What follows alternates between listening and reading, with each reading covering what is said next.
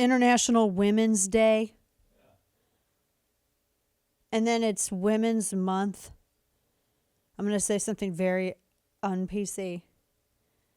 Don't women pretty much have a portion of the month every month? I said it, you didn't, so it's okay to laugh. It's okay. You're all right. You're brainwashed into thinking that you can't find that funny because it's at the expense of women. It's okay. Go ahead. Right. Go ahead and you chuckle. said they have a time of the month every month? No, I said it's like women have a portion of a month every month. Well, yeah. Doesn't everybody? No. No? No. Do you? I take all months every day. What are you implying? Between you saying that What are you and Steve saying? talking about homemade KFC, What are you saying? this is the best day ever.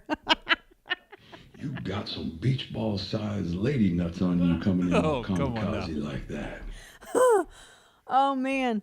So my point with this is that why do we have, why do we even have a Women's Day? Isn't that bigoted or something? Bigoted? I don't Yeah. know.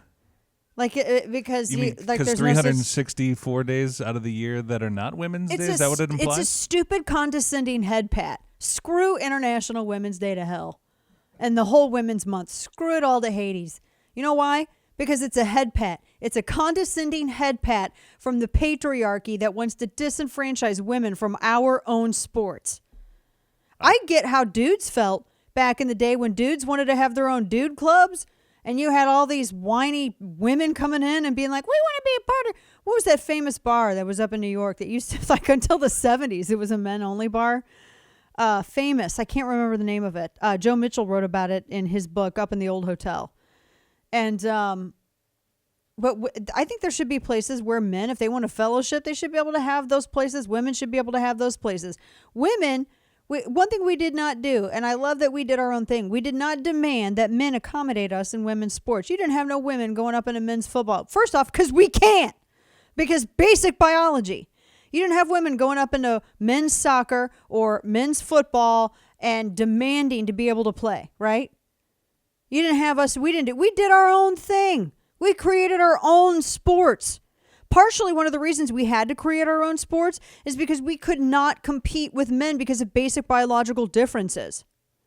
Now, women today, third wave feminists, look at that as though to admit to one's own biological limitations is somehow an insult to that biological construct, which is stupid. Men and women have different strengths. On average, dudes are stronger, more muscle mass, greater bone density, taller, bigger, etc. You guys know this because you understand science. Third wave feminists don't. And so now we have dudes who want to identify as women. They want to be part of the sisterhood without having to suffer anything that the sisterhood has ever had to suffer. Go through the growing pains of the sisterhood. You had this one guy, this Leah Thomas. He sucked as a male swimmer. He was ranked like 450th or something like that. He blew out loud. Horrible. Then he competes on the women's team. Oh my gosh, he's dominating because he's a dude. Even with the 2 extra bits of drag, he's still beating women. You got that? You okay? He's still beating women. He's a dude. It's because he's a dude. That's why. He went through puberty as a dude. He experienced all of his life up until like a year or so ago as a dude. We're disenfranchising women from sports, and then these people have the audacity to condescend to us with these stupid head pats of, well, it's International Women's Day. Well, it's Women's Month. Screw Women's Month. Women's Day. It's all stupid. It is so stupid. You know, part of me, because I know we got to go to break here. Because, you know, I have a little angel on my shoulder and a little devil. Now, and the little devil's like, women deserve to get disenfranchised from sports because so many of those feminists allowed this to happen all these years.